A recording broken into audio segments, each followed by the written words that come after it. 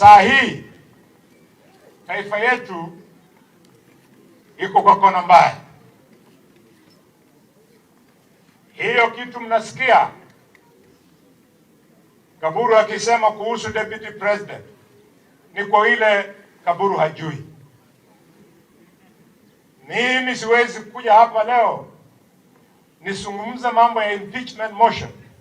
Sisi katika seneti ndio tutasikiza mashtaka, ndio tuamue ikiwa ataenda ama atabaki.